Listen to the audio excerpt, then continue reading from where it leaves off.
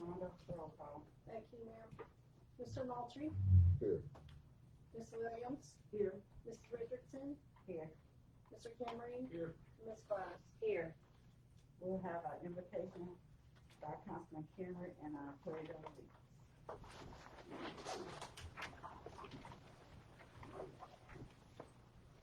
Father, we bow before you tonight with humble hearts and bowed heads and ask your forgiveness for sins that we may better serve thee.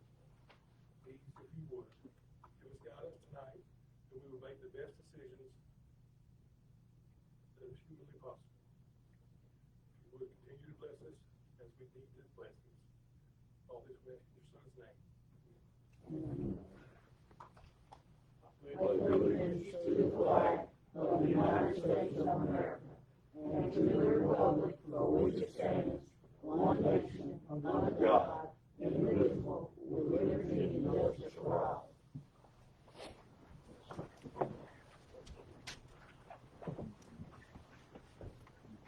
Amendment and approval of the agenda. Madam Mayor, staff has no amendments to the agenda. And get approval of the agenda. Also motion that the agenda be accepted as written. I second it. The agenda has been motion and second. Mr. Moultrie? Yes. Ms. Williams? Yes. Ms. Richardson? Yes. Mr. Cameron? Yes, ma'am. Ms. Glass? Yes. Awards, presentations, and appearances. Madam Mayor, we have none this evening. We'll move on to consent. Can I get approval of the meeting for January 4th? Madam Mayor, I also motion that the minutes for January the 4th be accepted if there is no necessary correction. I second it. Ms. Rhonda has been properly motioned and seconded. Okay, thank you, ma'am. Mr. Moultrie? Yes. Ms. Williams? Yes. Ms. Richardson? Yes. Mr. Cameron? Yes, ma'am. Ms. Glass? Yes. Thank you. Consent items pulled for discussion. There were none closed. Do we have any citizens requesting to be heard on non-agenda items? Yes, ma'am.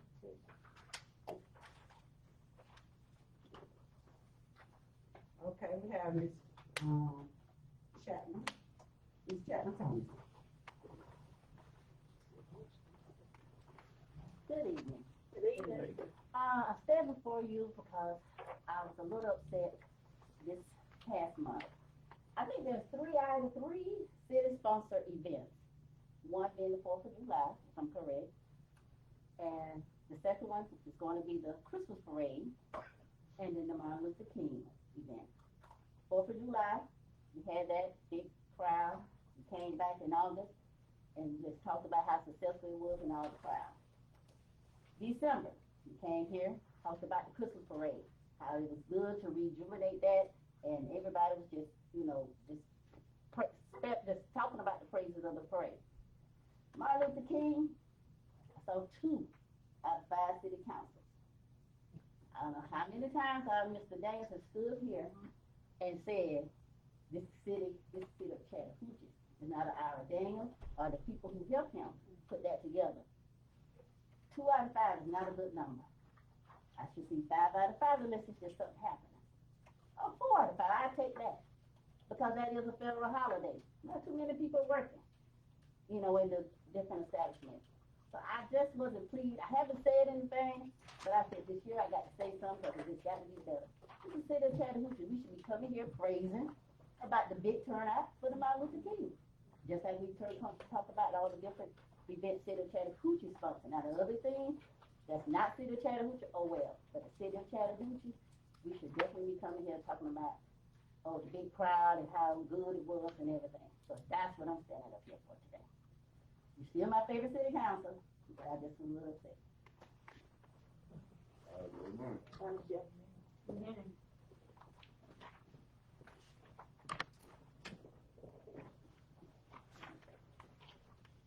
public hearings. Madam Mayor, first, we have item 9A, which is a resolution, that you annually do for submission for a STOP, Small County Outreach Program candidate project. Staff has selected, I'll defer to the attorney, make sure it's done properly, but what we have submitted or proposing for you to submit is Oak Street, safety improvements, widening and resurfacing.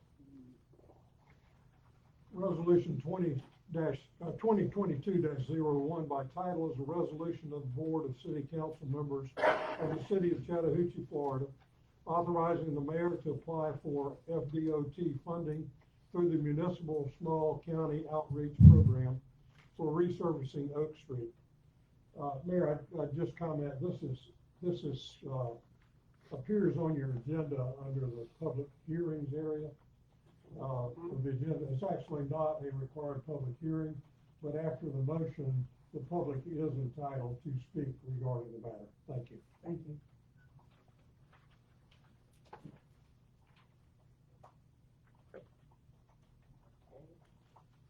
Can we get a motion to adopt resolution 2021-01? I would move that we adopt resolution 2022-01 to submit the impact and scope application for the grant. Second. It's been properly motion and second. Anybody on this side of the room would like to have any input on the agenda item? Anybody on this side of it? Anybody have any questions? Okay, we have we applied for these grants before, and they're not, sometimes they're not very, timely in their paying, is that right? When we did No, McDonald, it was a while before that. there was issues with McDonald's with, there was a problem with the quality of the work. So we withheld pay to the contract, a portion of it. That's kind of when I came on board, but we got it all worked out and DOT reimburses. Typically, this would be a project for after the fall, there is a lag time. We've applied, yes, sir, to answer your question, we have applied the last 3 years. We did apply for Oak Street as well last year. The problem in Chattahoochee is the point system for them selecting and awarding the grants. We don't have a lot of streets that connect to state roads.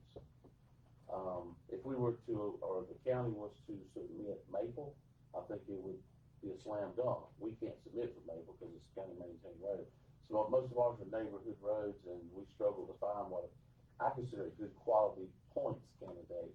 But Oak Street, the asphalt condition, and it does connect, I think it's about our best shot. What was, I know, I'm glad you said that so that fellow can get, what was the second road? Did you look at a second route that could possibly qualify? We looked at a number of roads, and 2 years ago, you remember, we, applied for one, and, it was shot down, but it was Zion, but, it was like in a neighborhood, so we tried to find something that had more connectivity, so that we could get points, but apparently Oak Street didn't score that well either last year, but we're gonna submit it again this year, and, I think it'll have some weight because it was submitted a second time. But yeah, we looked at us and the engineering staff and the engineering firm, we looked at every road that, is in the city, trying to find one that'll get the points, they'll get approval of a grant. It would be the same as Oak. Well, Oak Street is used for the food bank and for voting. And you get points for the condition of the asphalt, so Oak Street would rank a little higher than Brent. What we really need is something that connects between state roads, county roads is even better. If it's two city roads, it's really tough. To answer your question, yes, we looked at every street with the assistance of your Dewberry for the asphalt condition.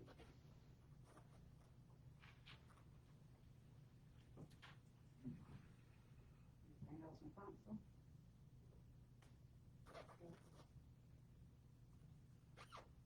Motion and second. Yes, ma'am. Mr. Moultrie, Yes. Ms. Williams, Yes. Mr. Richardson, Yes. Mr. Henry, Yes, ma'am. Ms. Glass. Yes. Thank you.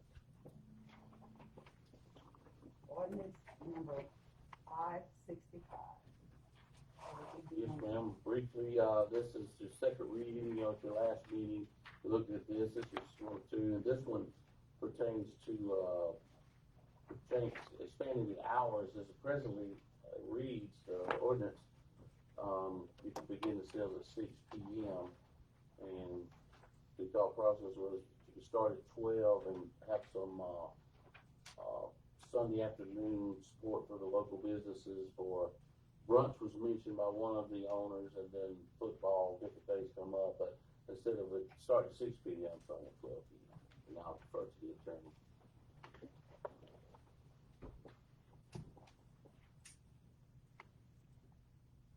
Mayor, I'll read that by title.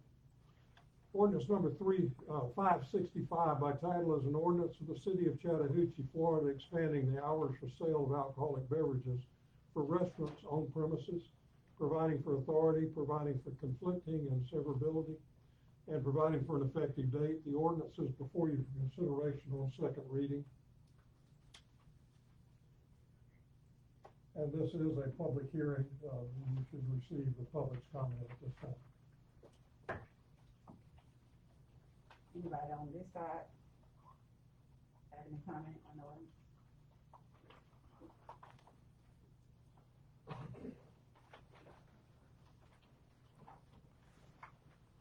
My name is Ronnie McMullen. Address is 561 Lincoln Drive. And I spoke last month on what I felt about this ordinance, and there's no change to it. I still feel the same way. Since then, found out the restaurant that's already, I mentioned, WB's, their acts was 6 p.m. The reason they did that was to respect the Christian folks from the time they come from church and go out and have a meal with the family straight from church and then start at 6 p.m. Now we want to take it until we're from 6 p.m. to 12 while we have citizens still in church. Okay? This is still a city with a lot of families, a lot of Christian folks. I don't want to be far-fetched and ask the council or the city before they try to turn Chattahoochee into Dodge City, full of a bunch of bars and saloons. Okay? So that's what I feel about it. I think we need to continue to respect our citizens. And like I said, one business has already set the standard. I think we need to stay pretty close to that one. Anybody else on this side? Thank you, Madam Council. I was at Simmons, 24 English Street, Chattahoochee. As it relates to the ordinance 565, currently it's 6 o'clock, now they want to change it to 12 noon. With those hours, being a citizen, I'm not for or against it, but I don't see the need to even have any hours. If you're gonna start at 12 noon, I mean, it should just be removed and you just sell it 24 hours a day. It doesn't, 8 a.m. to 12 noon is hardly any time at all, So why put the hours in there 12 noon when you could just don't have the hours? You just have hours of operation. They can sell alcohol anytime they choose to. That's my point. 4 or 5 hours don't make a difference. As Mr. Mike Miller said, that people are still in church or whatever, because most of the people drinking. But I think you just need to remove the hours and just have an ordinance where people can sell alcohol and be through with it. That's my personal feeling. Thank you. Anybody else on this side? Anybody on this? Mr. Howell? L.B. Howell, 521 Morgan Avenue, Chattahoochee, Florida.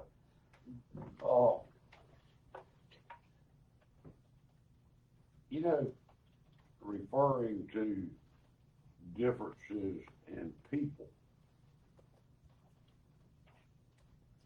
the Christians are still in church, and I guess us heathens are not. And, Jesus Christ drank wine. okay?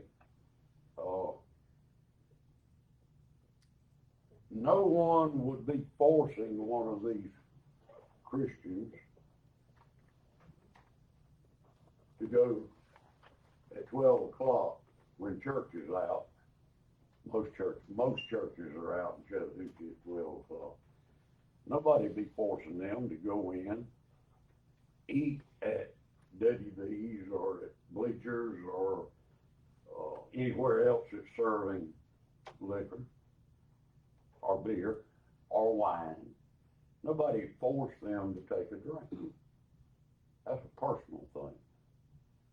I've known some so-called Christians that I guarantee you could see them coming out of the bootlegger off Highway 90 over here on Sunday. Most of us kids knew where everybody's parents' bottle of whiskey was under their sink. And those were the ones that got up and, church and blasted everybody else.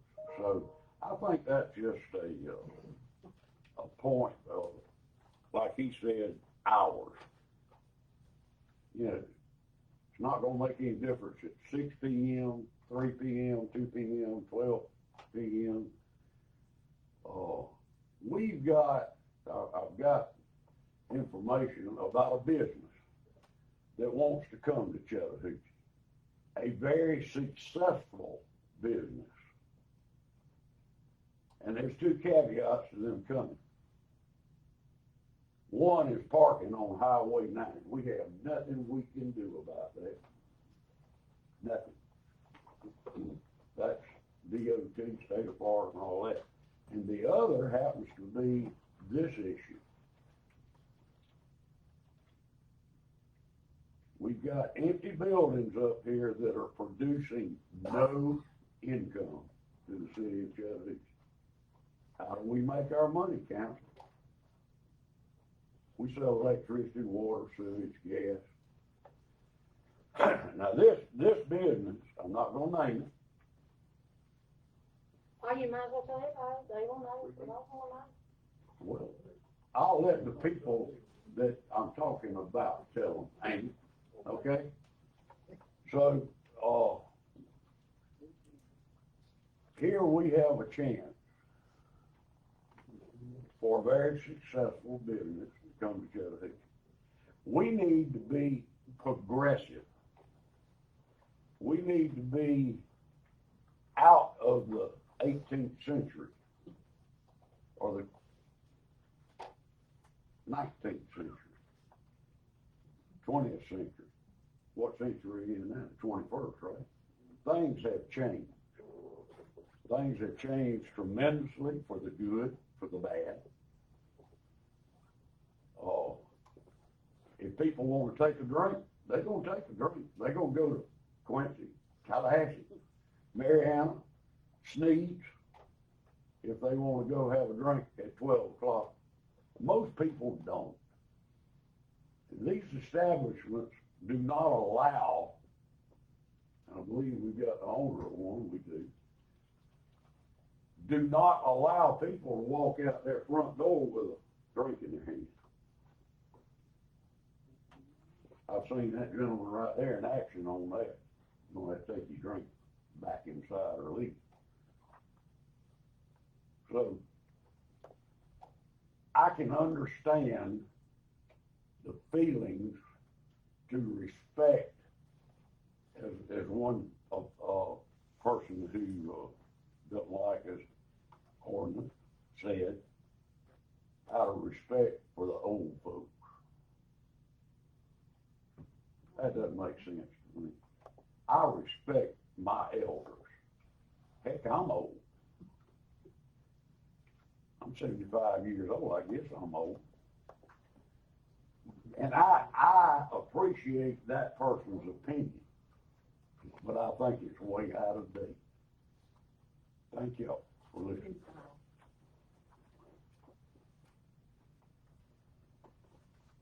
Anybody else on the side?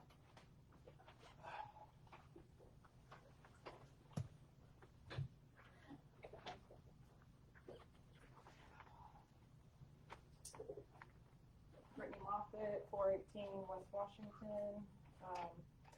Bernie made a good point. There are so many dead buildings uptown, and I have brought my business here, Bleachers, and with all the empty buildings, I think that I should be allowed to bring as much revenue to this town as I can. And it is interfering with my business on Sundays, not to be able to sell liquor during the day. So much that I don't even open on Sundays because people come in and ask and I have to turn them away. So that's one thing. And then the other thing, Bernie mentioned that people aren't going out my front door drinking, which is true. So I'm not sure what church people have to do with my business. Anywhere you go to eat, you go to Texas Roadhouse, you go to Longhorn, you go to IHOP, anywhere you go, they have beer, they have liquor. We're not forcing you to drink it, and we welcome you if you're coming from church. It's a family atmosphere. It's not like we're, a nightclub or party bar, or, you just come in, you have a drink. So I just feel like this guy mentioned that there probably shouldn't be an ordinance at all on the time, which is true, because again, I tried breakfast, and people want to drink Bloody Marys and mimosas for breakfast. So I can't offer that to my customers, and again, that hurts my business. So for anybody in the future looking to bring a business to this area, I think this is something that they might frown onto before they bring their business here. And I myself wasn't really aware of that before I brought my business here. So that's it.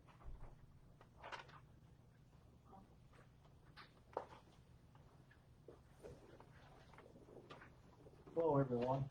My name is David Moffett. I live on Camp Road here in Chattahoochee. I retired in April and moved down here the 1st of May, and Brittany is my daughter.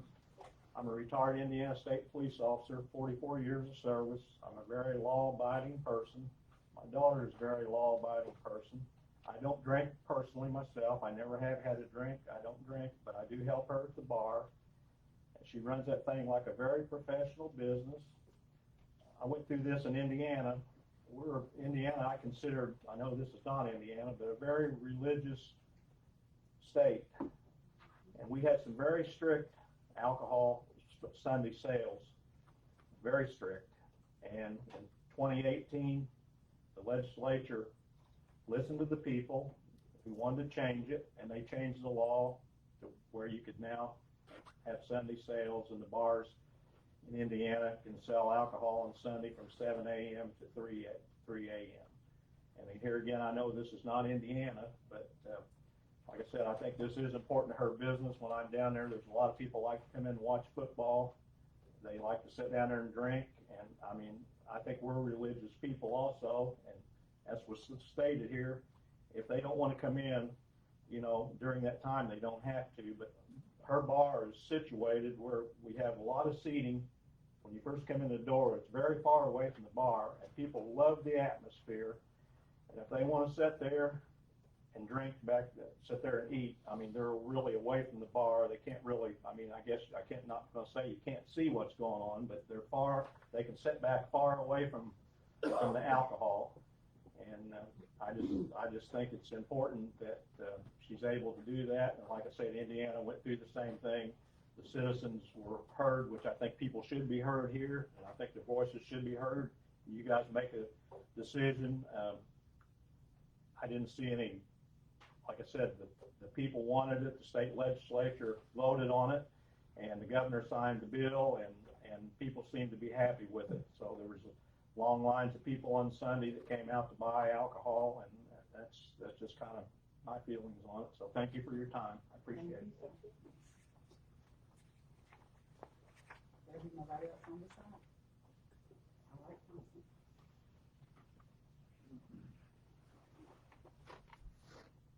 I make a motion that we approve ordinance 565. There's been properly motion in second. Part of the second now. Thank you.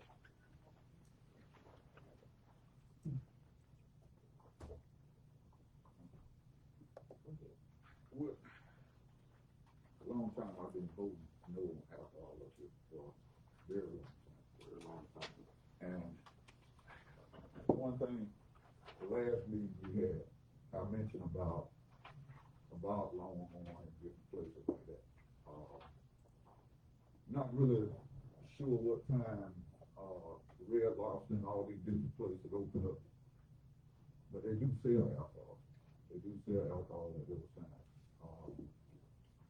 And basically, now, I did wanna look at possibly maybe moving it up to 1 o'clock with church people being in. But at the same time, you know, whether you move it to 1 o'clock or move it to 12, move it to 4, people gonna drink. You know, that's my opinion on that part.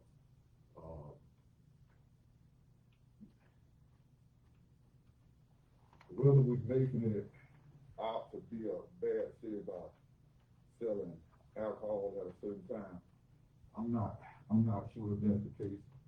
I used to work at a convenience store for years. I grew up working in a convenience store. People bought alcohol. Some didn't buy alcohol. I would like to think that I'm pretty close to Christmas, whether I vote yes or no. I would like to think that I'm making the right decision. However, now I will say one mistake that I did do. I didn't talk enough to the people, right? As I look at some of the people in the crowd, I didn't talk to the owner of Huckabee. I didn't talk to the owner of WB. Something that I probably should have done. So with that, knowing that I didn't do that, I'm kind of conflicted at how I should vote. And I'm usually not conflicted. I usually don't really care too much about what people think. If I feel that is right and I feel that I'm doing right for the community. Here, I made mistakes by not looking enough into the community. Talking to the owner, talking to WB owner, talking to some of the citizens. I know Mr. Iverson, I know Ronnie. I didn't know Bernie. I haven't even had a chance to really talk to the people like I should have. So I am worried about voting on it. Well, I was coming in thinking about voting yes. I'm conflicted with, if it was up to me, I would take it. But I know that was some of this council. So if it's not tabled, without me being able to talk to the people, which is my fault, I don't blame the council for that. That's why I have to vote no to try to talk to people.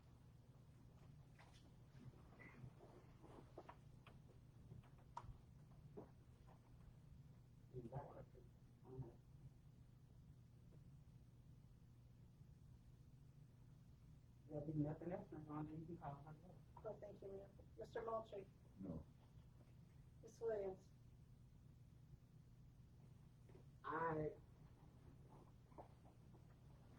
After listening to the people, one says get rid of the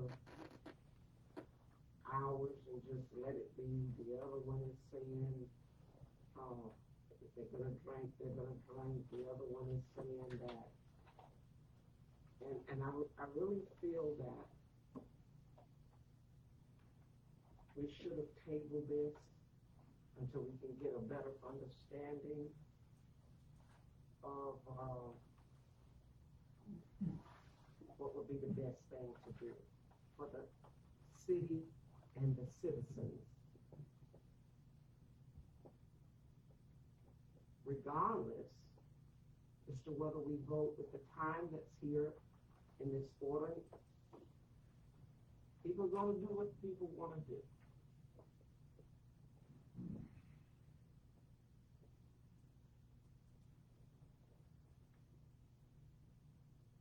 And it is a hard decision. Because they don't have to go to the restaurant to get in something to drink. They can go right down the street there to the dollar store, go right down the street down here to the liquor store. So I'm kind of wanting to go along with Mr. Simmons saying get rid of the timing altogether, let it be. But right now, I'm gonna vote no. Ms. Washington, Yes. Mr. Kinley, Yes. and Ms. Cox. No.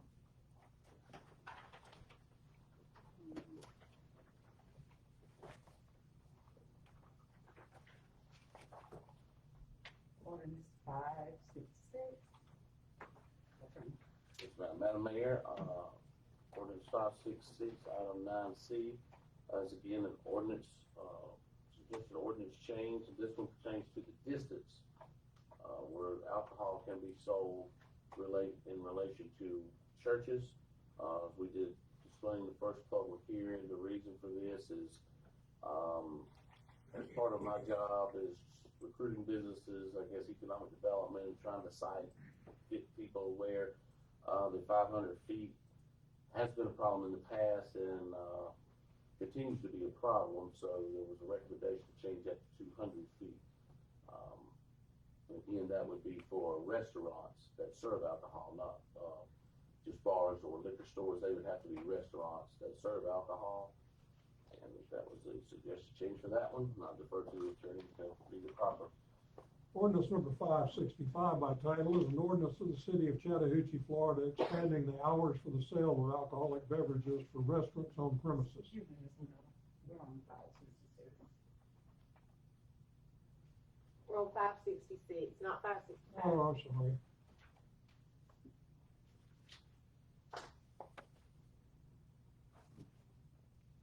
It's right behind it, sir.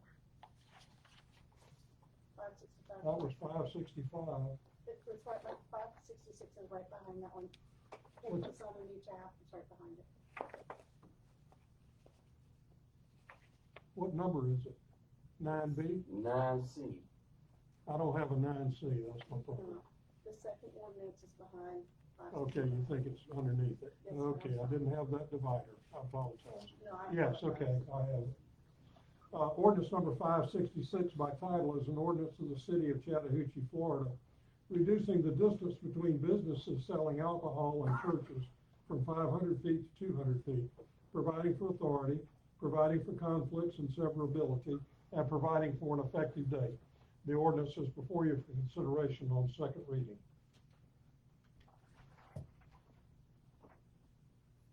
The audience, anybody on this side?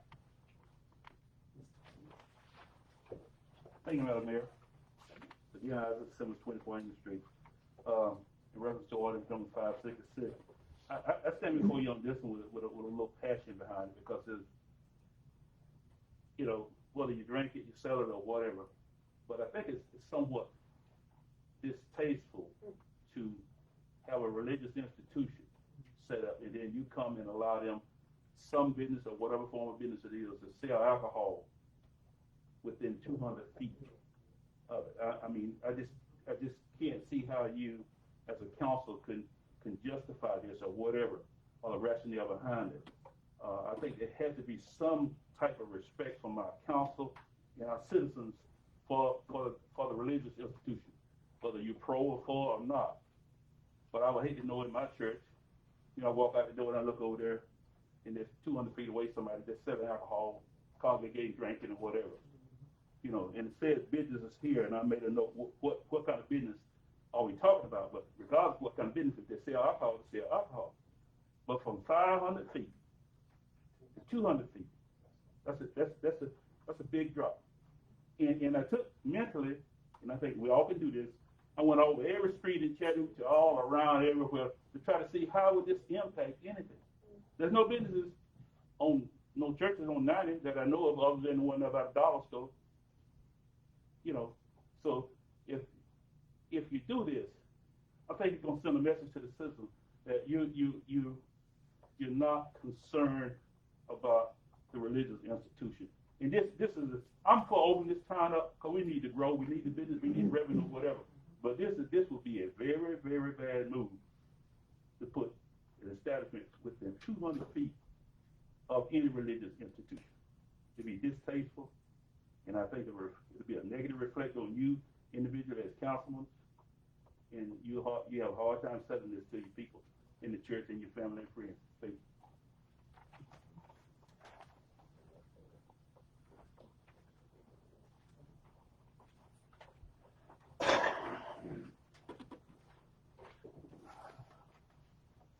again, my name is Ronnie McMillan, 561 Lincoln Drive. Regarding ordinance number 566, I'll be very brief. And I concur with everything Mr. Simmons just said wholeheartedly.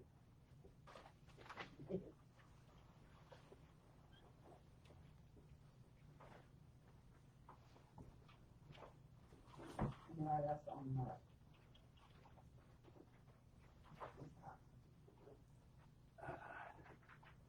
First of all, I respect your opinion, Ronnie. How far is 100 foot, 200 foot, 300 foot from right here? 100 feet, 2 garden hoses. 100, exactly. 2 garden hoses, 2 50-foot garden hoses. From here to the other side of the street, to that. Well, yeah, telephone pole at the building over. So, we're at 500 feet, we reduce it down to 300 feet, what are we doing? Nothing, as far as distance. It's 200 feet, not 300 feet. That's what I said, we reduce it down 300 feet. Okay. Okay, and that was my point, how far is 100 feet? So, we've really not done anything. And this is a personal opinion, when I was on the council, I voiced it. I don't think that we need churches on our business district main street. I disagreed with it then because it takes revenue. Now, I'm all for having churches in our town. I was raised in a Methodist church, then in the Episcopal church, and of course, nobody sold alcohol back in those days. You know, so it was a moot point. I don't know how old that 500 feet ordinance is. It's quite outdated. But, my point is, what difference does 300 feet make? It doesn't make sense to me. It's just, actually it's ludicrous. And like business owner has said, and I said, there's not gonna be a crowd standing outside raising hell drinking. That ain't gonna happen. That man right there ain't gonna let it happen. Because if he gets a complaint, somebody's probably gonna take a ride to Quincy. I respect what he's doing, our new chief is doing for the city. And he will be, of course, this is a moot point now since y'all shot down that other ordinance.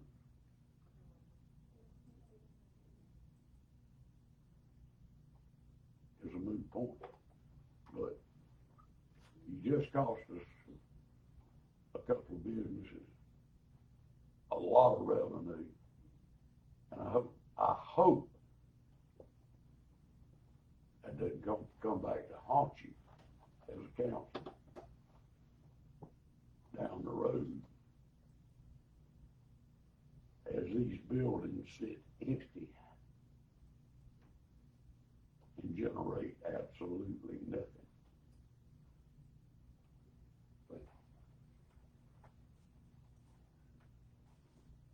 Anybody else on the left side?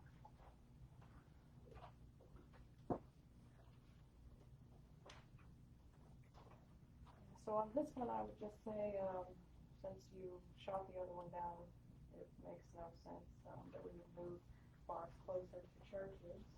So I think, this one should be put out too. But, there's no church people here, with their opinion, I guess I would say, so, I would think that they probably don't care too much of what we're doing because it wasn't in public, so. But yeah, I think this one should be a no as well.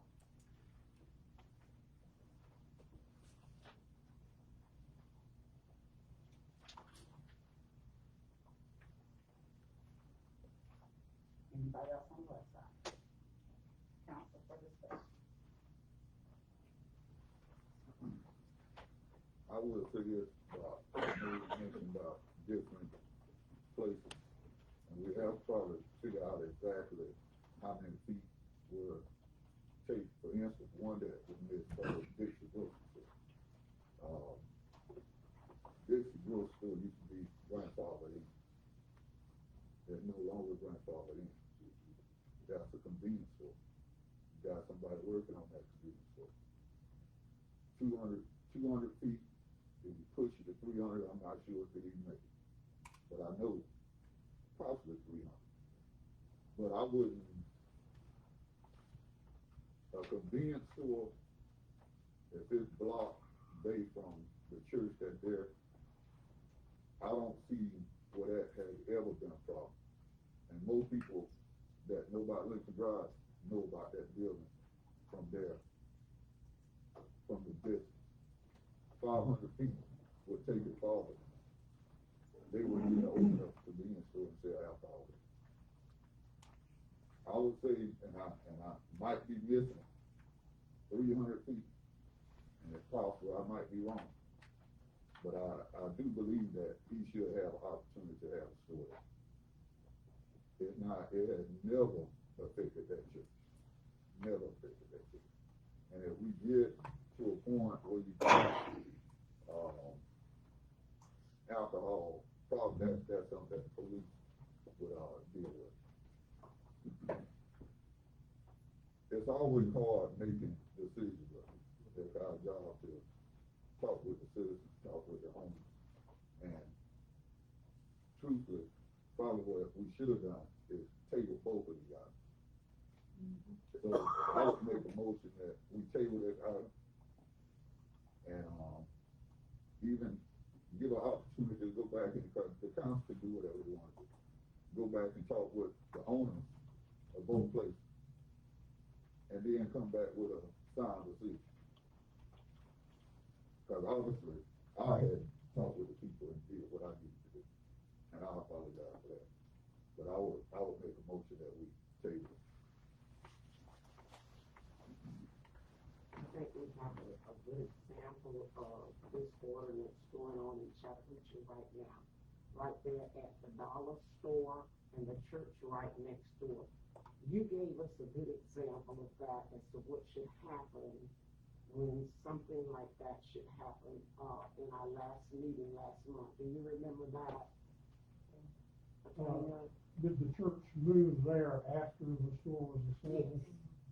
Well, that use would be grandfathered.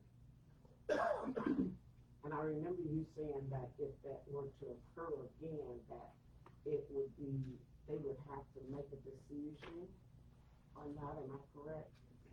I don't understand that. Whether the church was gonna be there like it is there at the The church is permitted to locate wherever it can zoning wise in the community, as long as it complies. There's not a prohibition for a church moving to near an alcohol establishment. And that's not even 200 feet, am I? No, and I don't know of any type of regulation like that anywhere.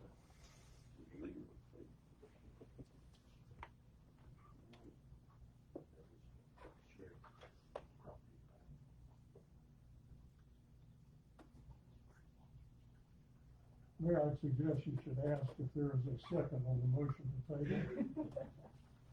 Is there a second on the motion? I second. All right, it's been properly motion and second.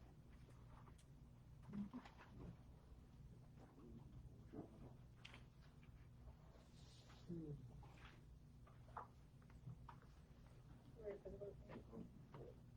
Mr. Moultrie, Yes. Ms. Williams, Yes. Ms. Richardson, No. Mr. Kimry. Nope. Ms. Glass. No.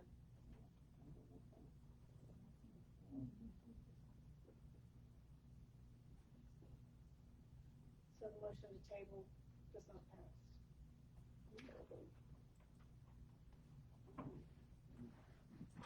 I would make a motion that we accept ordinance 566 at this time. I guess second. Also, sorry, what was that motion? To accept ordinance 566. Did the motion to table fail? Yes, sir. I'm sorry, I just had you blocked by the clock there and I didn't get your vote, so. So you should ask for a second. I did. Okay.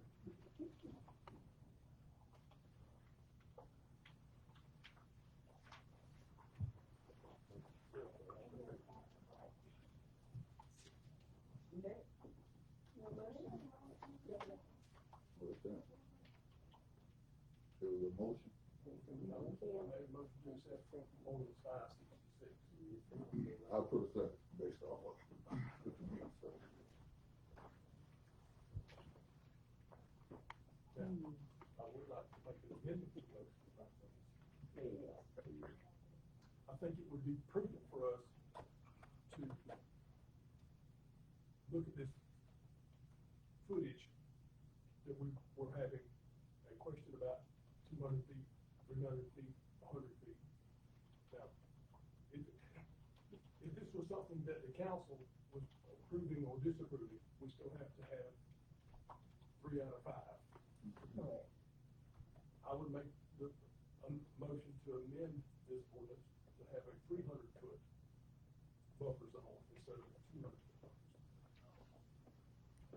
buffer zone. Is that 300 feet instead of 200? If you all would use your microphones, it'd help us out here in the audience. 300 feet. So give me just a minute to mark that draft. Yes, sir.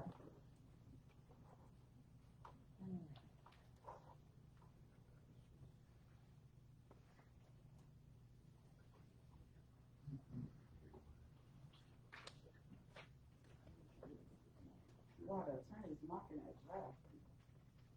If you're talking about a convenience store on Lincoln Drive, how does that 100 feet help them either way? I think it's a 300, 100 feet is a pretty good way. 500 feet take it far. If you really actually, and I don't want 500 feet, if it goes past 300, it'll be right at. Mr. Sims? I just have a question. When you deal with the footage, are we talking from the property line or the building? Because the building may be 100 feet from the road, from the property line, so could you make that clear? Door to door. Mr. Miller? It don't say on my paper. The language of the section, and by the way, for the record, I have produced a written document reflecting the motion to amend to change the number 200 to 300 feet. It reads 300 feet of an established church, whether distance shall be measured by following the shortest route of ordinary pedestrian travel along the public thoroughfare from the main entrance of the place of business to the main entrance of the church. So that doesn't mean cutting across the yard. That means walking out the passageway in from the church and down the right of way or sidewalk or street to the next, and then following the normal sidewalk path.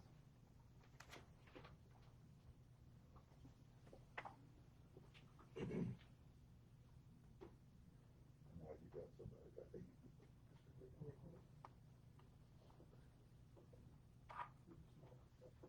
Oh, I'm sorry.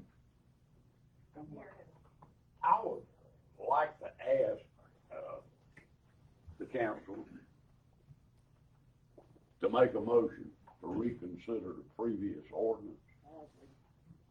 I think that Mr. Malter said he didn't do any homework, and said she didn't call anybody, ask anybody. Nobody else did, I'm sure. Oh, yes, I did. Did you? Okay, good. So we got 2 out of 5 that did, and I, in just opinion, find that there's too many times this council is uninformed citizens want, because you don't get out and about, you don't, and it's gotten to where very few people call their council, or council people, population wise, percentage. Most people just ask for it, don't bother me. But I would like for you to consider, going back after you. Let's reconsider the ordinance based on the fact that y'all do your research. Can that be done, Floyd? That's why we have public hearings, and that's why there's a standardized process for adoption of ordinances in Florida, Right. and they're following that. Well, good. And I didn't know if it was possible to go back and revisit. They can do anything they want to do, and they Okay. just had a motion to table that failed. Right. So, that was on the other ordinance, right? So, as a citizen, I voice my opinion. And, I would appreciate it, and I think a lot of the citizens in Chattahoochee would appreciate it if you revisited the previous ordinance and let's look at it again so you can be more informed. I agree with that. Not only you, but agree with you. Mr. Yeah, that's right. Mark this one down for 1 minute, Mr. Mandel. I'm on this side, give me 1 minute. My name is Dale Messer. I'm a small business owner from Jackson County, visiting over here for a short period of time, trying to decide if I want to stay and make this my home. I understand both sides of this argument very, very well. It's a battle within me also, because I am a very, very religious person. Anybody that knows me knows that. At the same time, my primary reason to come here tonight was to see how this council was going to react to a new small business and whether or not they were going to support this business. At this point, I am seeing no reason to entrust my business to this town.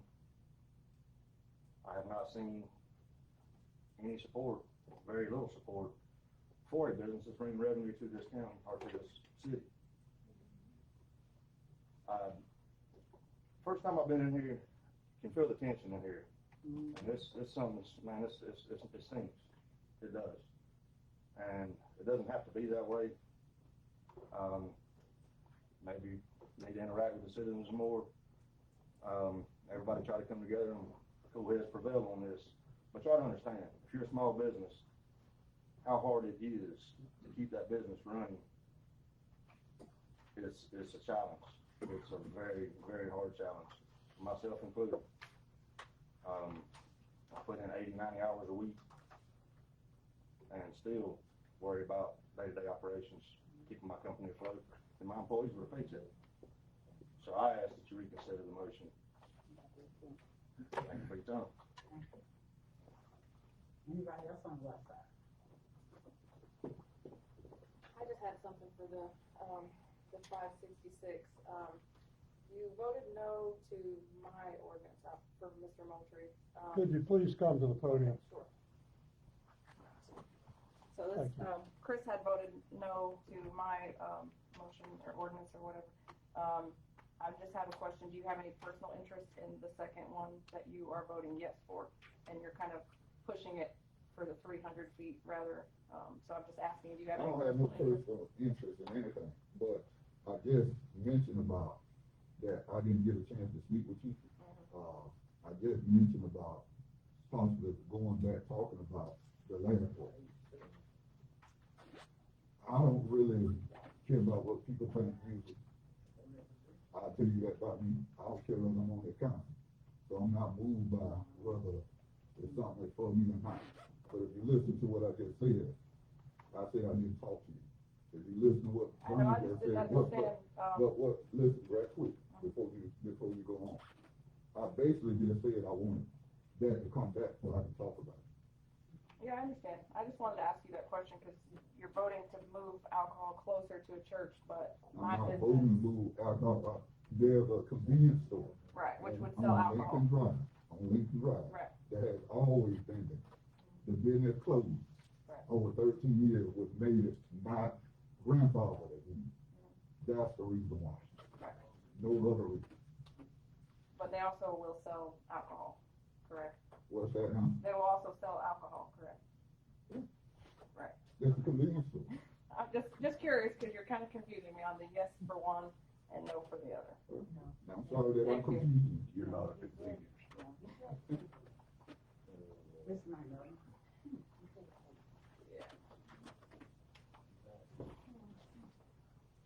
Yes, sir. Okay, first off.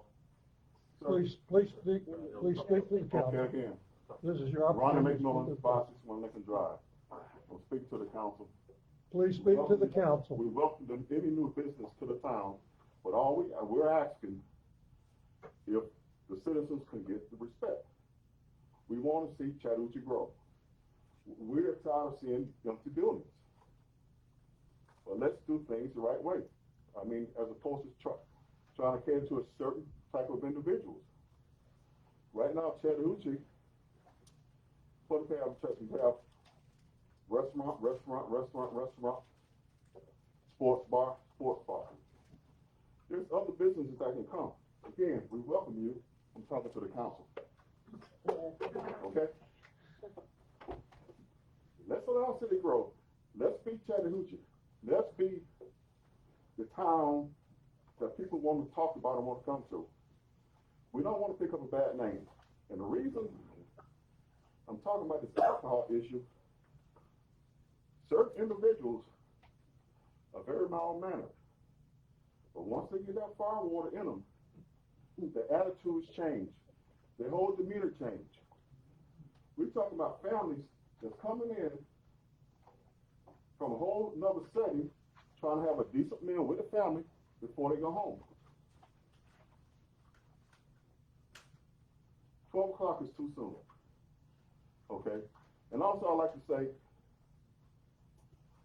if you remember, last month, I mentioned that council needs to talk to the citizens.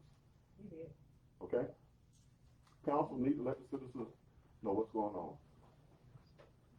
Okay? We have a whole month to do that. That's all. All right. Nothing else on the audit? All right, council. What's it? Are we modifying this motion to table this? There's a motion to amend, subsection 6-12 from 200 feet to 300 feet. Yes. And I have a motion by Mr. Kimmery and a second by Mr. Moultrie. And the vote, Mr. Moultrie, Yes. Ms. Williams, Yes. Ms. Richardson, Yes. Mr. Kimmery, Yes. and Ms. Cass. No. Now, Mayor, you have before you the motion to approve the ordinance on second reading as amended. I make a motion. No, it's on the table. It's already Already. made. That motion was earlier made. If there's any discussion, or you can take a vote. What was that, Mike? I made the motion to accept ordinance 566. After we accepted the motion, we had a second for the motion. I made a motion to change. That motion passed, of the change. Now we're back to the motion for accepting ordinance 566. Okay. That's how I understand it. Did I say that right? Okay. So it needs to be second. I said needs to be second. You already had that. We already have a second. Okay. Any discussion from the floor? 300 feet. Yes, ma'am, could you restate the amended motion or the one you're getting ready to vote on? Because I'm not sure. The motion is to adopt ordinance 566 on second reading as amended. No, you didn't say as amended before. Right, that's Yeah. good. That kills it, yeah. I got it now. Yeah. I did this for 20 years, I know. I missed that part. Okay, Mr. Moultrie, Yes. Ms. Williams, Yes. Ms. Richard, Yes. Mr. Henry, Yes. Ms. Glass. No.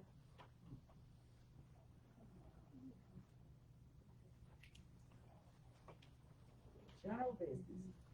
This, Madam Mayor, members of the council, first, item of general business tonight, sixth council approval to purchase fuel master fuel dispensing, island terminal and software. Those of you who are familiar with it, we have bulk tanks down at the Public Works Department. There's a 24-year-old system there, but, we use a key fob. It identifies the employee, we track the fuel that way.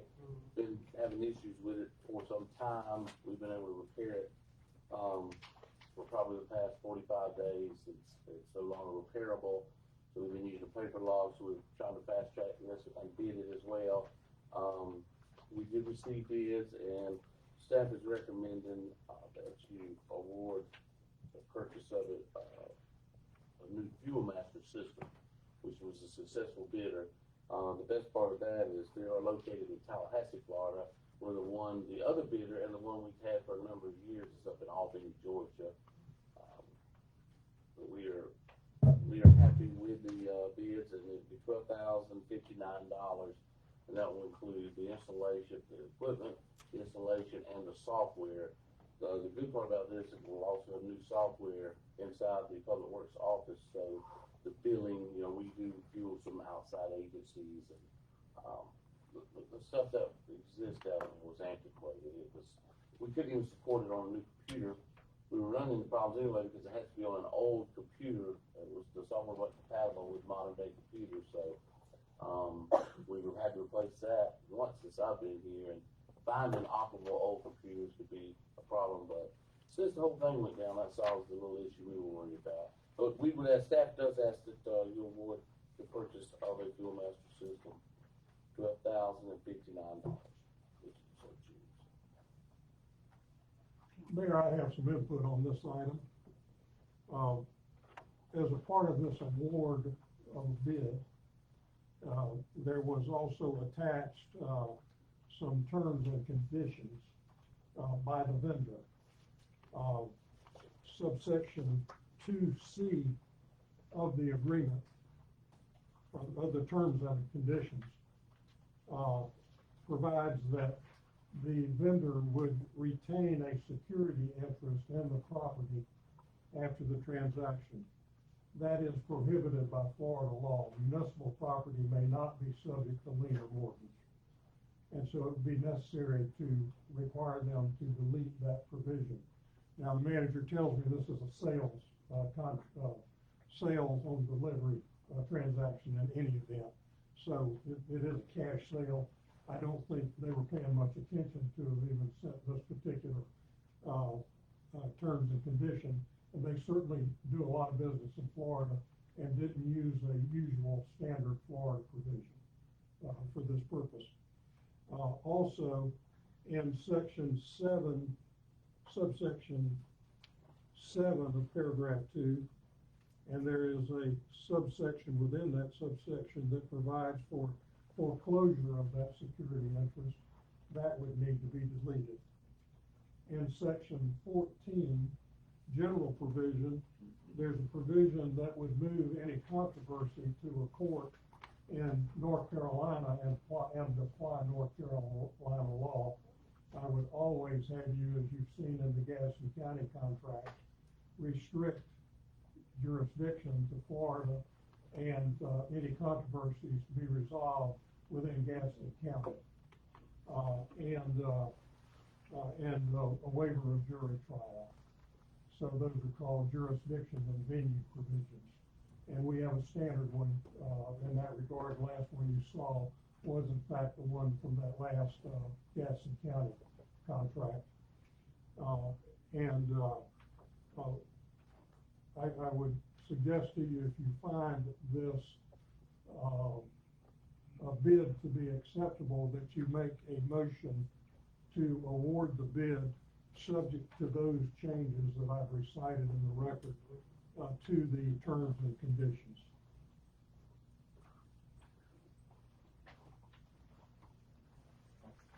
Thank you. Thank you. Oh, I would also have us add a preservation of sovereign immunity provision as well. And you just saw one of those, in that last Gadsden County contract.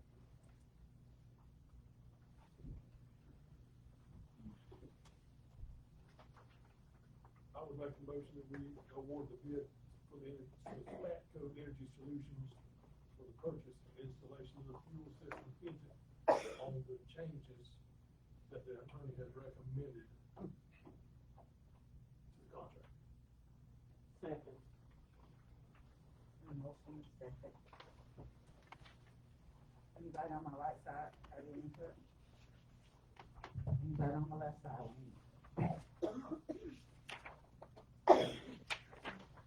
Okay, Ms. Wanda, it is properly motion and second. Yes, I'm back. Mr. Manager, you good with it?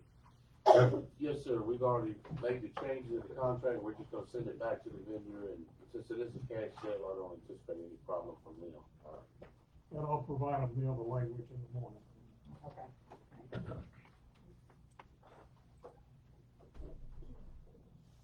Mr. Moultrie, Yes. Ms. Williams, Yes. Ms. Richardson, Yes, with the necessary changes. Mr. Henry, Yes. Mrs. Fox. Yes.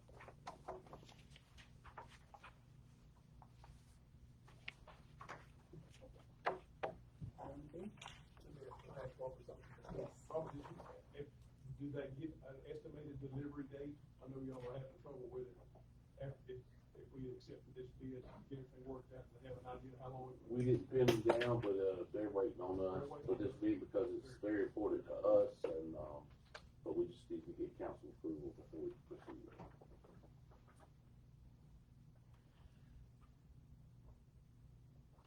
All right, now, Mayor, new business, item 10B is one of two tonight, dealing with our River Landing Phase 2 project. This first one seeks the council approval of change order number 2, which on this one is change order number 2, because as you recall, when we originally bid the project, it came in $650,000, or so we negotiated with the low bidder and got it down to the grant funding level of 182. And so that was the first change order. This change order tonight is dealing with the completion date. The contractor on both of the projects, this one and the next one, PVC and lift stations, which have electronics and chips and so forth in them. It's been just not only the cost has tripled, but the delay in the manufacturing and getting stuff. But it's here now, and they're working on the project, but it expired in January. So, Jubilee is here if you have any specific questions for them, but I recommended this change order until March 18th, and we feel like that will be more than adequate to finish up the project, since all the pieces are here now, all the pipe and lift stations are here now. So staff would ask that you extend this change order, no difference in money, nobody increases or decreases, just strictly for time till March 18th of 22.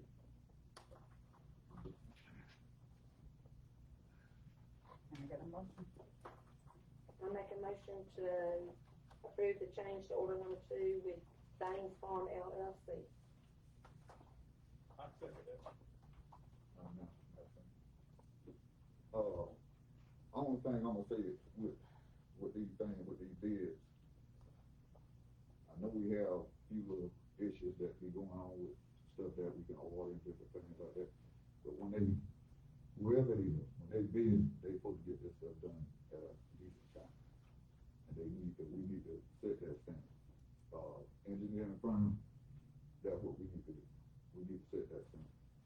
Not no pushing it back. When they bid on these contracts, we need to make sure that they get it done like it's supposed to. If they don't get stuff done, and I know it don't happen much, they get fined. I know that.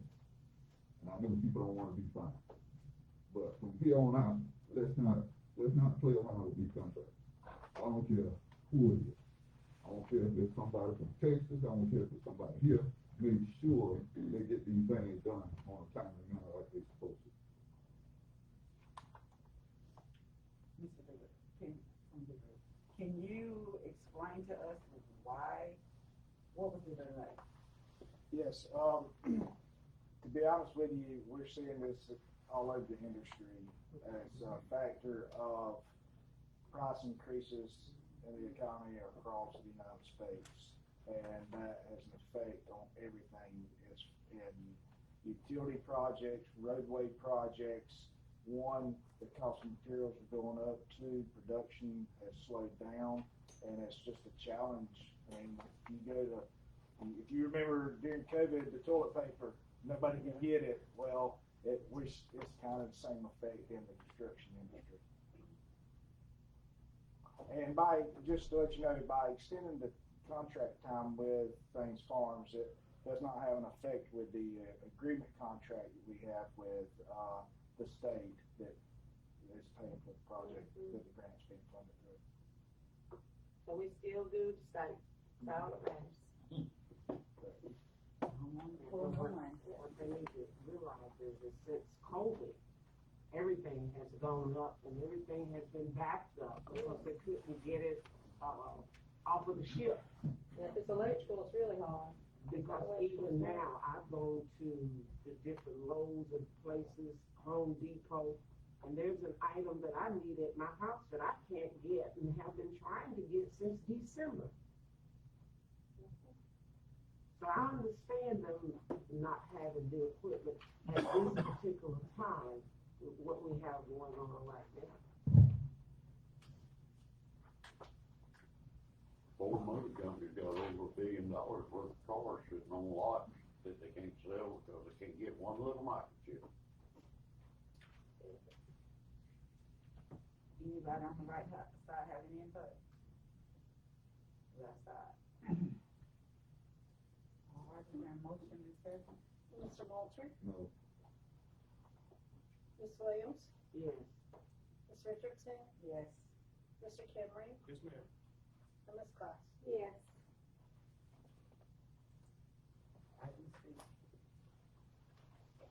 Mount Baker, Tennessee, they're similar to this project, it's the same, low bidder, but we accepted that low bid, so this will be change order number 1 to this contract, but this is for the lift station, repairs, it involves electronic equipment, the, control panels and so forth, same issue, but we're asking for an extension time till 3/18 completed.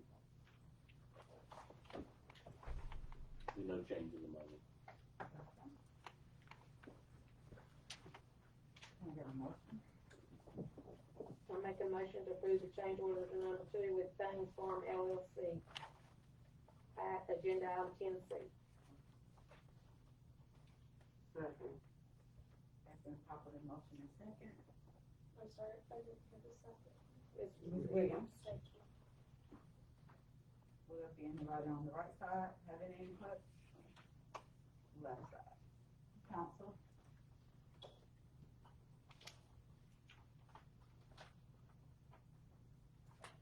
Motion and second. Mr. Walter? No. Ms. Williams? Yes. Ms. Richardson? Yes. Mr. Kimry? Yes, ma'am. Ms. Claus? Yes.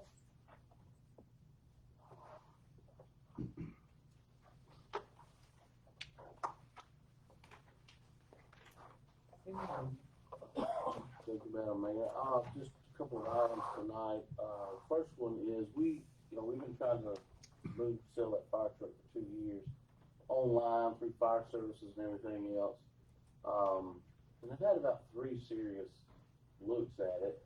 The last one I thought was a done deal, but their council voted down the purchase of it. I thought it was too old. But we have received one, and I asked for it in writing, and they have done that. But it's over at Madison County. They have a countywide fire service, and they think it would fit in with theirs. But the fire chief took it back to Mr. Clayton, Madison County Fire Rescue, gets to the Board of County Commissioners. But anyway, we have a in writing official offer of $10,000 for the truck. So I told him, I said, well, I'll take that to the council. We'd lowered the price a couple of times, but this is the only official offer we have received in 2 years. And it's for a nearby county. So I told them I would bring it to you, and you would instruct me how, if you were interested as a council in moving that truck for that amount of money. Our original offer was, Well, we started at 50, And then had got down to 25, and, it's been advertised at 25,000 for some time now. And they came over and took a look and went back, said it fit in with their, they actually just researched about a pump, found a pump. And, I said, well, give it to me right, what you got? And they came back with this, official offer of $10,000. It is a 94 model truck, it does run and everything, but, you know, y'all make the decision to replace it and get rid of it, but this is the first hard offer we've had. We've had some interest, but they're making an offer. Do you want me to proceed or not proceed? If we accept this offer, does that money go back into the fire fund, or does it go into general revenue? Well, you put it anywhere you want to. Right now, it would have to go in general revenue. You could do a budget amendment to move it, and I've talked with the firemen about that, because there's some equipment they would like to get. But there's a way to do that. But I can't just, arbitrarily put it in fire because you approved the budget. So it would go in general revenue now. If you wanted to immediately go to fire, you have to amend this year's budget, or you could do it September 3rd. But it would require council approval.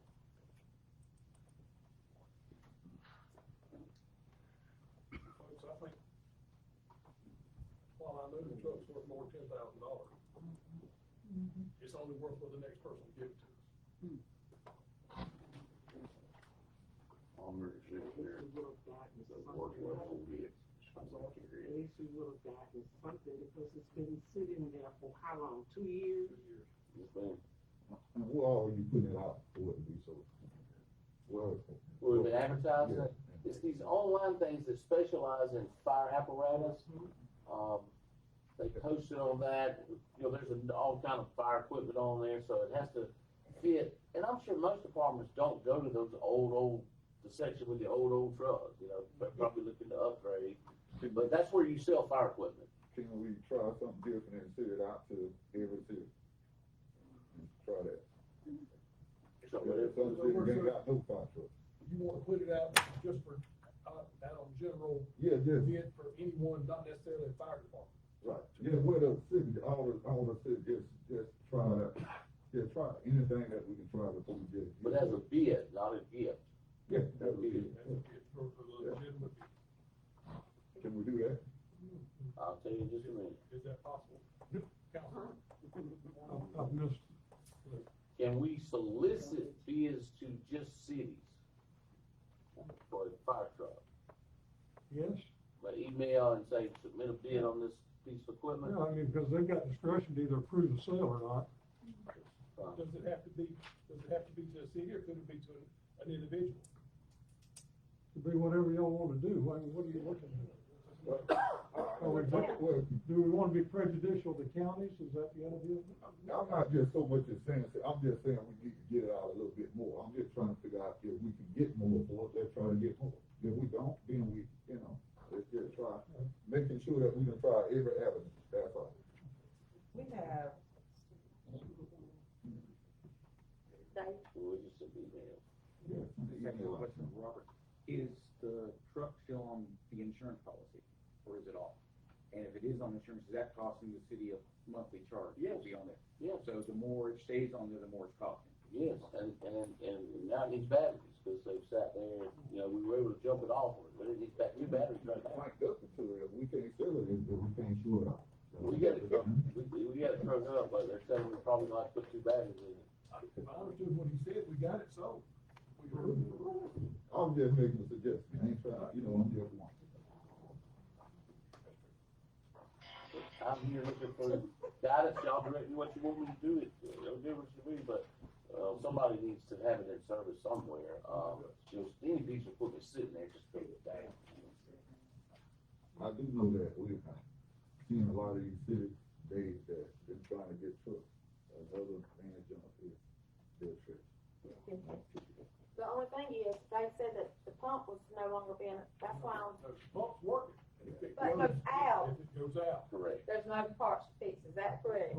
Yes, that's And correct. they know that. Most of them do, most of them, when they got to the truck, they were like, well, that's such and such model.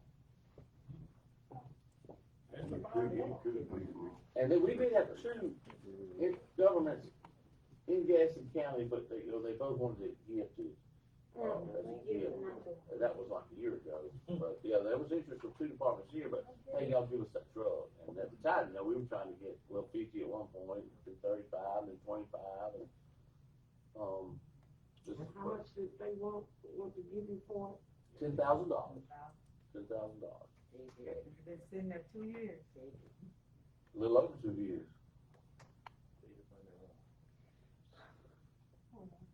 I personally think we're on seven.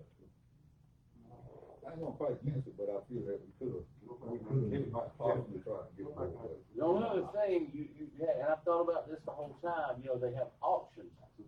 But kind of at Rhea saying, if you sit in one of those auctions, what if the bid's 33,000 or 3,500, you know, it kind of lose control. I did think some department, even if it was some foreign department or something, would jump on it, because we had it advertised, where do you do that? And like I said, there was some interest, but this is first official offer, whatever you want me to do. Fine. We get up, we get chest up. Yeah. LB Howell, Chris, that site that he's talking about that they listed it on is nationwide, statewide. And you as an individual can go on there and you can purchase. You don't have to be a government entity. There's a lot of these collectors purchase from that same site. I went on there just to look last year. Man, there was a pretty old fire truck, good old fire truck. But the longer that piece of equipment sits there, the more it's going to deteriorate, just like the batteries, the seals, everything that's made out of rubber, silicone, or whatever. If it's not daily lubricated or weekly lubricated, it's going to deteriorate, and it's going to get where you're going to have to pay somebody to take it. It's about to that point now. And it, you know, 10 grand is 10 grand. And those firemen that do so much for so little, for so many, could use that 10 grand to buy equipment that they need instead of that sitting there. I think it's a liability to let it sit any longer. And what model is it, what year? 94? 94. Okay, so eventually it's gonna be hard to get parts. It already is. It already is. Okay, so. That's why we got a new one, because you couldn't, if the pump goes out, you can't get it. It can't be reconfigured to where another pump could fit in it, but it would cost 4 times what a new pump designed specifically for that. With that being said, I offer a motion that we, go ahead and sell it. I'll second that. I just wanna say this, if we sell it, I want the money to go into the fireman fund thing, where they can buy equipment, where they have stuff that they need. We've already started, the new chief has gone through, and we've already made some purchases with money they had budgeted, with oxygen tanks, masks, they got new bunker gear now, but there's a number of other things that we need to, you know, we can't do it all in 2 or 3 days, but we're getting there. Yeah, I want to go back to the fire department where their needs are, because like Bernie did say, these people are doing it for little or no money out there every day on that interstate, on fighting fires and for nothing. Right. And they need to be safe, and they need to have whatever they need to stay safe. Well, I can do that, we can do it and sell it, so I'm just saying from now on, if we got something we're trying to sell, let's try to keep it cranked up. And keep it released where we can, so, you know. So. Motion and second. Yeah, clarify. Ms. Williams, would you like to make a motion to accept the offer and the proceeds going to the fire department budget as for the city? Yes, ma'am. Okay. Mr. Daltrey? Yes. Ms. Williams? Yes. Ms. Richardson? Yes. Mr. Cameron? Yes, ma'am. And Ms. Claus? Yes. Thank you. The last item I have tonight, you know, some months ago, we started talking about the Roseville water agreement, which had expired, some time ago. So we, got with them and their representatives and talked about it, and there was a few minor changes, and They actually had someone come on board to help them, a professional in the water services industry. But anyway, we, had an agreement that we thought was pretty close, so naturally I sent it to your attorney, the city attorney, and, he made substantial changes, and, that's what was put in your packet, the original agreement, and then the one with proposed changes, serious changes that I had no authority, y'all did not, instruct me to totally change the way, the agreement has been done in the past since, I guess, 72. As far as, the billing and the deposits and things, we made some minor changes about where the banking would be done, and, we thought it was fair that, customer in Rosedale paid the same meter charge as a customer in Chattahoochee, and, we had those things, and I'll let the attorney address it, because these are his changes, but I was not instructed to go to this extent. You may after tonight say you'd like to incorporate them, but I need some direction here, because I don't think that, the representatives of the Rosedale Water Association were looking for these kinds of substantial changes, nor would they be comfortable with them, but he is also here, he can speak for the association, but I guess your attorney explained why he made these changes. I'm not prepared to do that tonight. We've not had an opportunity to staff that with the city manager, on the document that I provided you last week, so. I didn't see it on the agenda and did nothing further. We've got some homework in-house to do before we're prepared to go forward with the document. Thank you.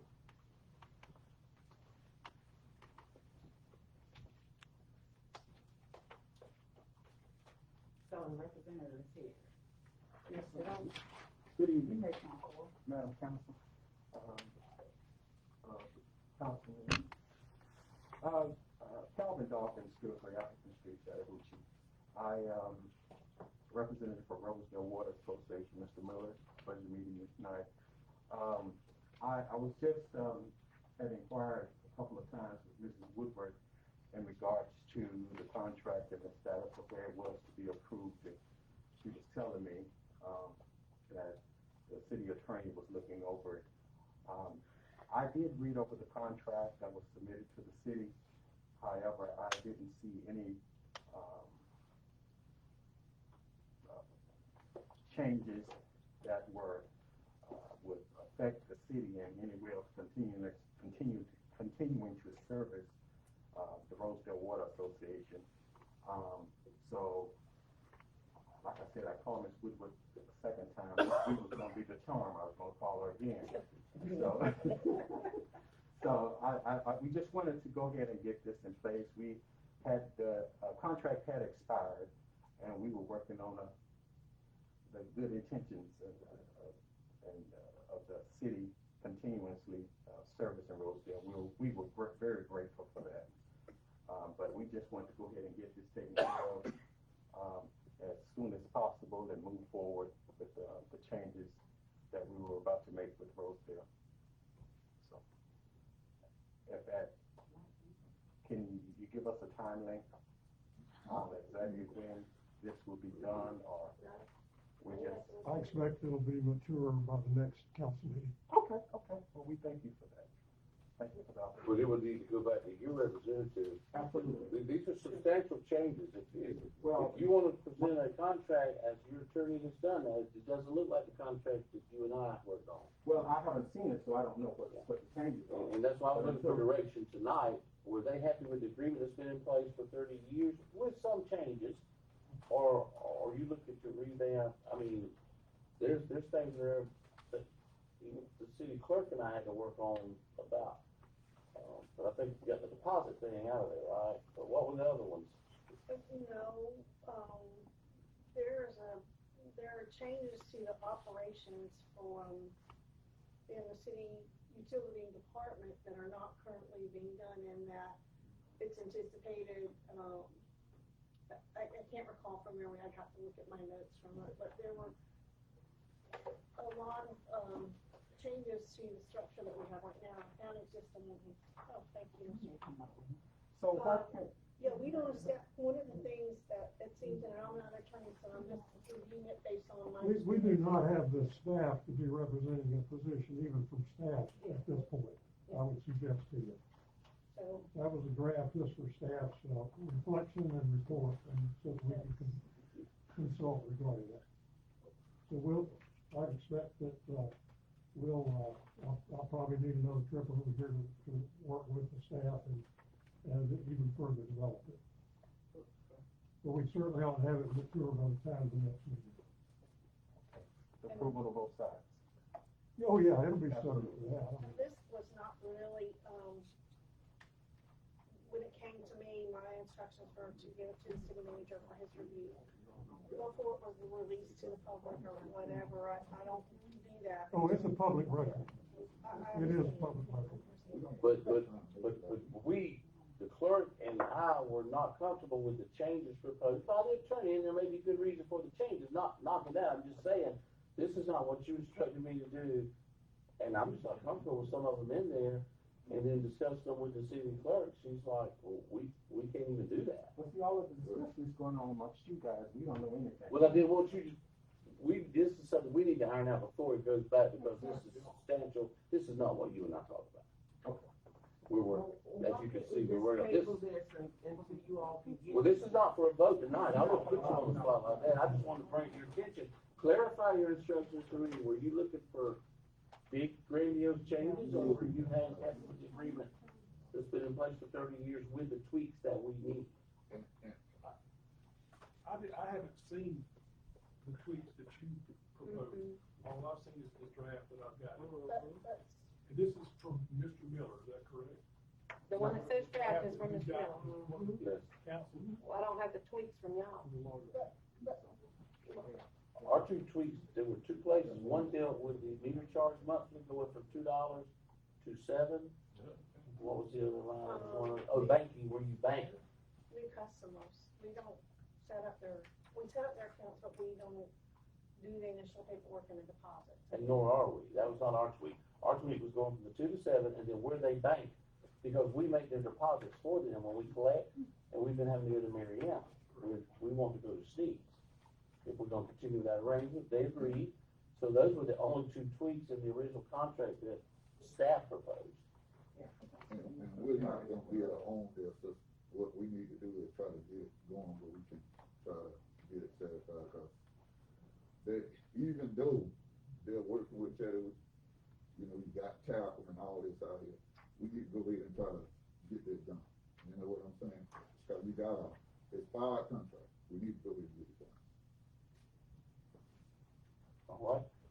So could y'all just help us to understand what we can expect as it relates to, we understand that this is your council, and we respect that. We, you know, and he has made all these grandiose changes and a draft that he submitted to all of you all for review. And we have not, you all do have the changes. We got the draft. They have the draft. Yeah, that's what I'm But saying. it's not, You don't need to see it at this point, because it's our But official it is draft. a public it's not document. an official draft, like, we haven't discussed. But he says it is a public It document. is a public record. But we don't have it. Which we would love to see it, to have it. Yeah, you can have Thank you very much. It's not a protected document.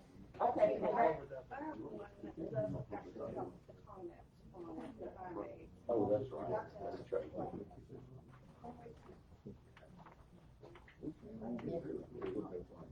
Well, I just wanted some guys from my bosses tonight, so that we could finish it up and get it to you guys. That's the draft that the council provided. And I think, because what we don't, you know, we don't wanna get into all of the mud that I saw tonight on some of these votes.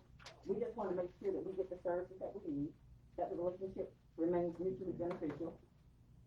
Okay, and there's not some grandiose takeover of services, you know, where, you know, the members of Rosedale Water Association are now totally diluted and have no responsibility or anything, we just cut through. I think the interlocal agreement that we've had with the city of Chattanooga and Rosedale has been quite amicable, and the city of Chattanooga has been pretty fair with us.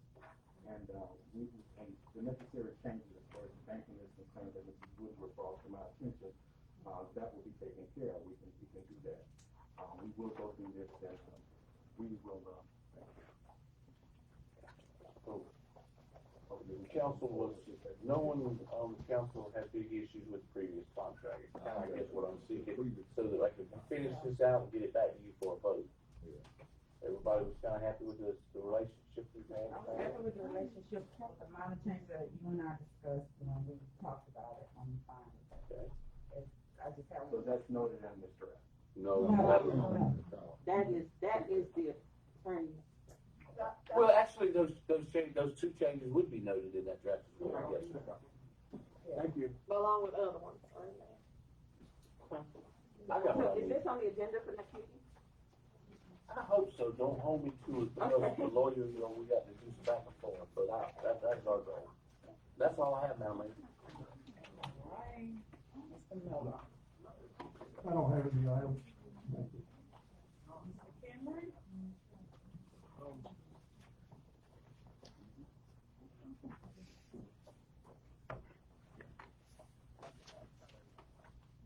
Just an observation. When Mr. Presto came on board, one of the things we tasked him with was improving the businesses in Chattahoochee. I want us to make sure that we do not hinder him any more than Do you think his microphone's working? I really do think that he's got the business improvement at his heart. It's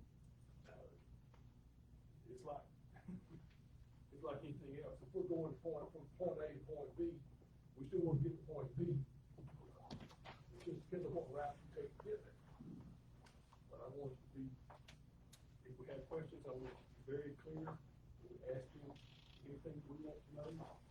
If you have a question about why he wants anything to do, I think what he's doing is working, but we just need to make sure that we're all working together, which is what.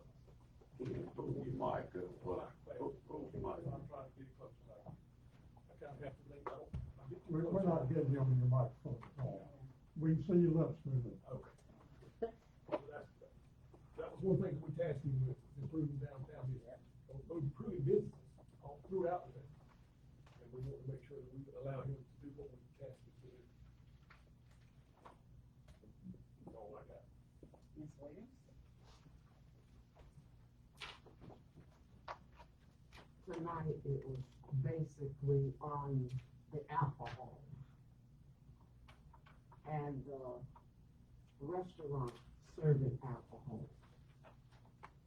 I feel like in order for us to grow, and I know that we have a lot of restaurants, we were talking about the time when they can serve, their location, to the church, all of this stuff. But in looking at the ordinance that was written, I do know from being in law enforcement that whenever a restaurant has been licensed to serve alcohol, that they have to, when they come in to check them, they have to show them that they've sold more food than they have alcohol. And I feel like in order for us to continue to grow with businesses, because it seems as if most of the businesses that we have in Chattahoochee is restaurants, somewhere where you can buy food. I'm even looking at the trailers that's popping up every day. Eventually, they're gonna be able to serve the alcohol. But what we've got to think about is that the revenue that's coming in to the city, it is a win-win situation. They're paying utilities, they're buying the license to sell. People are buying, and hopefully when they're buying from the restaurants, that they will buy some gas, some groceries, something else. I agree that we do need to have the empty buildings filled up. I don't say turn it all into liquor, because I know that there's something else that we can do besides, drill on the alcohol. I just hope that by our next meeting, that we can all come to an agreement that we can continue to get this city moving in the right direction. Because there was some, as the man said, there was some tension in the room. And I don't think that that's gonna work for us. So far, we've been doing real good. The city has been moving. And I don't think that we should be tying the hands of our city manager, because we told him when he came that we wanted him to build this city up and to move. We can't do it by tying his hands up. All of us are not gonna agree. And sometimes it's good to agree to disagree so that we can move on. And I'd like to thank each and every one of you all for coming out tonight. Ms. Personnel, I'd like to thank you for the hard work that you're doing. And thank you for answering the phone every time that I call you with problems. I have talked with some of the citizens who did not see a problem with the things that's going on in these ordinances. But everyone's to their own opinion. That's it. Mr. Moultrie?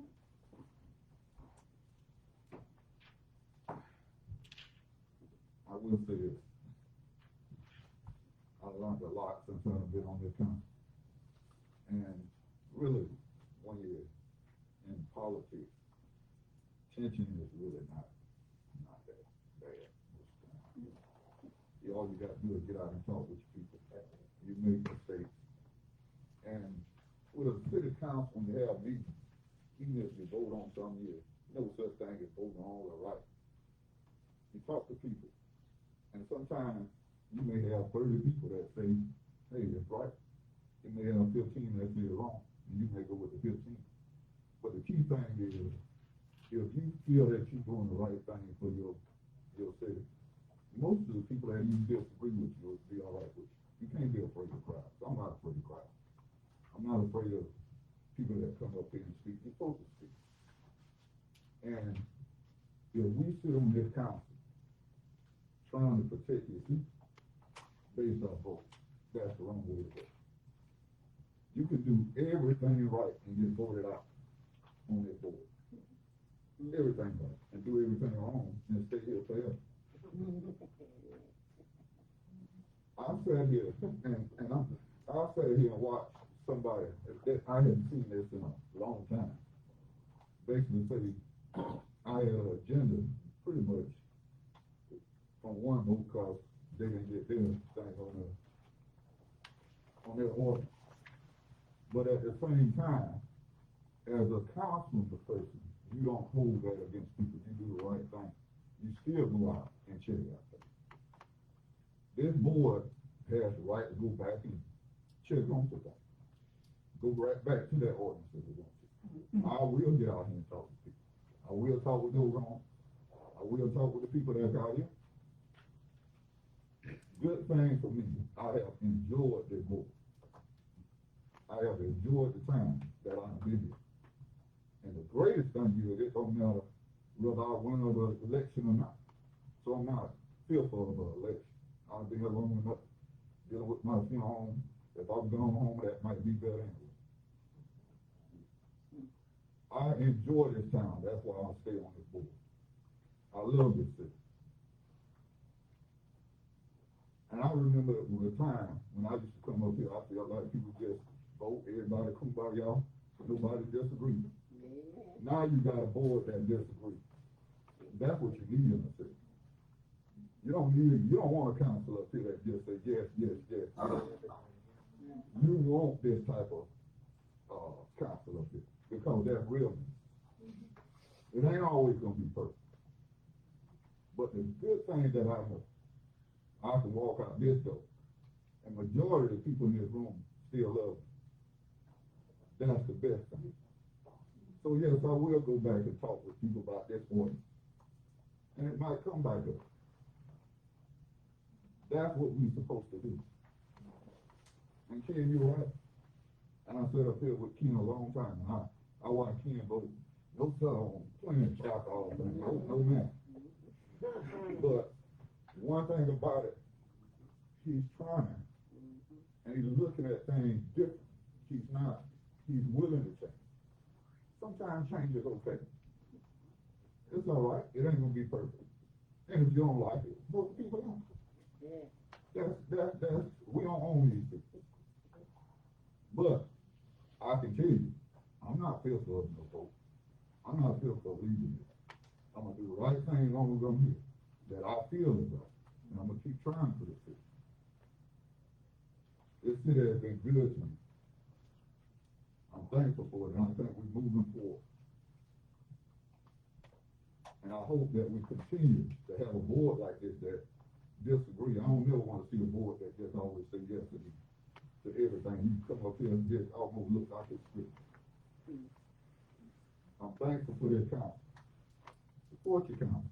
You may not always agree. But I think overall, this council is doing a pretty good job.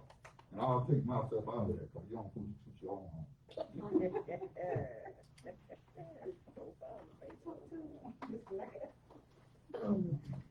I just have a couple of things. I've had a couple of calls this week, Mr. President, about does the fire station, the police station, the warehouse, and all that have defibrillators out? I had actually 3 calls. No, that got stirred up by your new chief, and I've had a meeting with him about that, and we're setting up training so that they could be certified to use them. And then we will get defibrillators, but we're not gonna buy defibrillators and go around electrocuting people. Well, no, it ain't the training, they hardly do it at school. Yeah, but you have to get someone to come in and do it. And we're not just gonna do the fire department. No, that's what I'm saying, the warehouse needs one especially. Well, we have one at the warehouse. Oh, y'all have one at the warehouse? But the pads are out of date, and everybody's lost their certification, including me. Because it's only. Cause I don't want them out there falling out, and the ambulance all the way midway, cause you know Gaston County don't think about us on this end anyway. The ambulance is always out there, and they don't know what Chattahoochee is. We're getting prices right now on the training, then we're gonna do the training, everyone's certified, and then we're gonna get the equipment, which we have 2 now, but they're really old.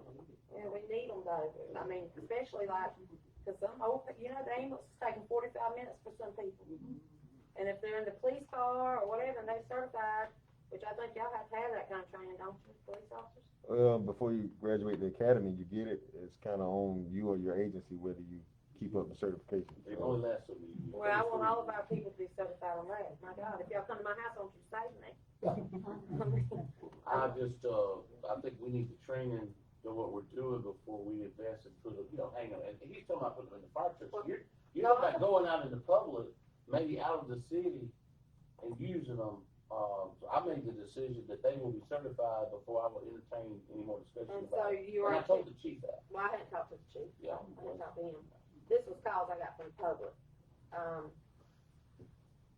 So you're checking on the training for everybody that works in the city? Well, we're not gonna make it mandatory now, but the warehouse down there will be the majority of it.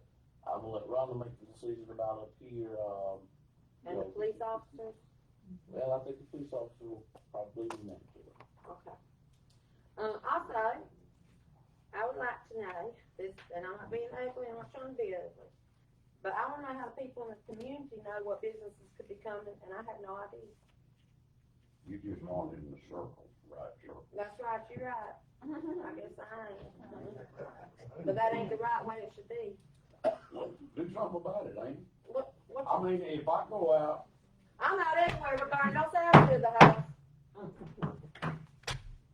if I go out,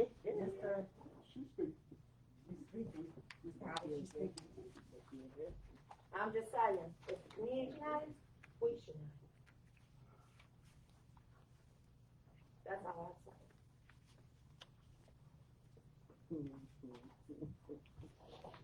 I would like to thank everybody for coming out tonight. Mr. Dawkins, they will get it worked out, the agreement, and get back to you as soon as possible. They should get back to you before the meeting, and then we can just finalize it at the meeting. So that shouldn't be a problem. Ms. Chadwick Thomas, thank you guys, Martin Luther King, for putting on the Martin Luther King parade and in the park. It was a good event. Only thing I would say is like, when the kids are out there, when, like the guy was speaking and he was giving history, the kids need to be over there listening to the history and not playing it, because that history was important. Like, he gave some good history, and train going, kids playing, and nobody listening to what was going on. So that would be the only thing that I add, that make sure our youth listen. You're right, Ms. Redmond, because they are our future, like, and the school did a wonderful job of getting kids involved. And so in the community, we need to work, I myself, with the apartment complex right there, get more kids involved in it. Because like Mr. Johnson said, it is time for some of the kids to take over and do the speech, you know. So they'll learn history because it's important. And preferably we'll get the grant. We'll have Southside up and running, and if it's a cold day, we can be inside and have chairs out for them so they won't be out there playing. So thank you guys for everything you did in the community. I know I myself was just out on medical leave, but I do work in a hospital and we work 365. We don't have holidays off. So when you guys have something that I can be available, I will be available. And thank you guys. Nothing else? This week, we speak the second harvest again for this month. Oh, I forgot. That's gonna be the 10th of February. February. Same location, same time. 10 o'clock in the morning. Yes. You smile on the face. Mr. Preston, did we put that out on the, Yes, ma'am. okay, if you would, please put it out there to make sure that everybody knows. But they will be here on, February the 10th.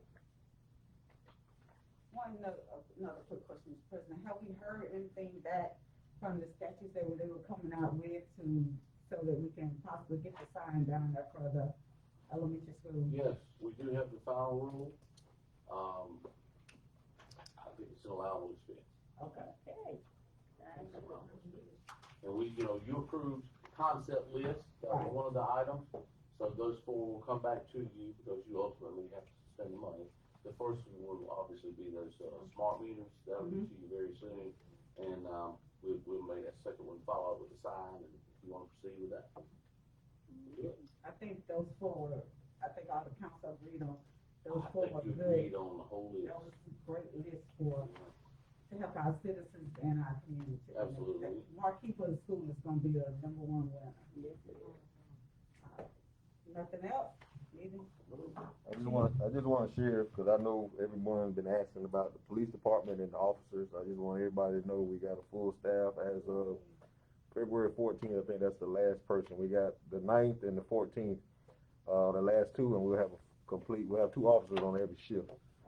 I did some restructuring to the department and hired 2 new officers, so we didn't need that sponsorship, but it'll still be in place in the future. But just wanted to let everybody know. Wonderful. Chief, can you bring me to the meeting so they can meet their council?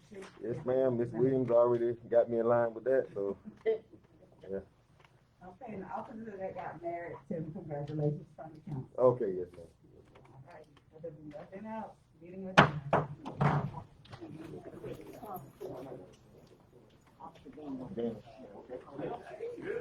Done with that. I love my dog.